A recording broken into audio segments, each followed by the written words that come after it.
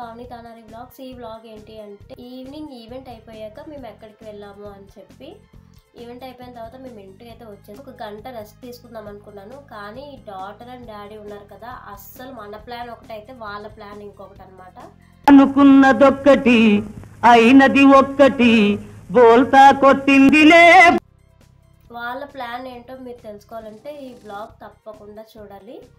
And event ఏంటి అనుకుంటున్నారా, డిస్క్రిప్షన్లో లింక్ చేశాను, తప్పకుండా చూసేయండి.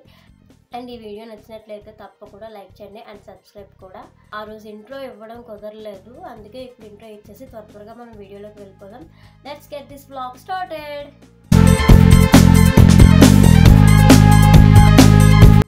అందరికీ గుడ్ మార్నింగ్. ఈ వ్లాగ్ ఎలాగో మార్నింగ్ పోస్ట్ చేస్తాను, అందుకే గుడ్ మార్నింగ్.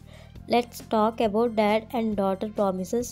ఆఫ్టర్ ఈవెంట్ మేము ఇంటికి వెళ్ళిపోయాం. డాడీ డాటర్కి ప్రామిస్ చేశారంట ఈవెంట్ అయిన తర్వాత బీచ్కి తీసుకెళ్తా అని. ఇంటికి రాగానే 10 మినిట్స్ కూర్చొని మళ్ళీ రెడీ అయ్యి స్టార్ట్ అయిపోయాం బీచ్కి. వాళ్ళకి దొరికిన చిన్న చిన్న రంగురాలు గవ్వలు ఇస్తున్నారు దాయమని. ఇంట్లో మనీ దాచుకోవడానికి పిగ్గీ బ్యాంకులా, బయట వాళ్ళ థింగ్స్ దాచుకోవడానికి బ్యాంకుని నేనే.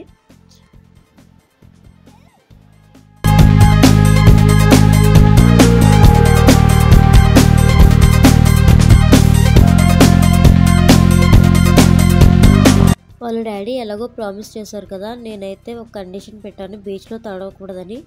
అసలు ఎవరంటారు నా మాట. ముగ్గురంటే ముగ్గురే చిన్న చిన్న స్మైల్స్ ఇచ్చుకొని వెళ్ళిపోయారు బీచ్లోకి ఆడుకోవడానికి. సరే తరలే, ఎన్నెన్నో అనుకుంటాం, అన్ని జరుగుతాయి ఏమిటి. బీచ్కి వచ్చిన ప్రతిసారి ఇంటికి ఒక కేజీ వేసుకొస్తుంది. అయినా మా వైజాగ్ వాళ్ళకి బీచ్ అంటే ఒక తెలియని ఎమోషన్.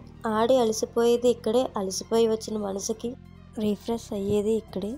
ఒప్పుకుంటారా? అయితే కామెంట్ చేసేయండి. Thanks for watching. Bye bye.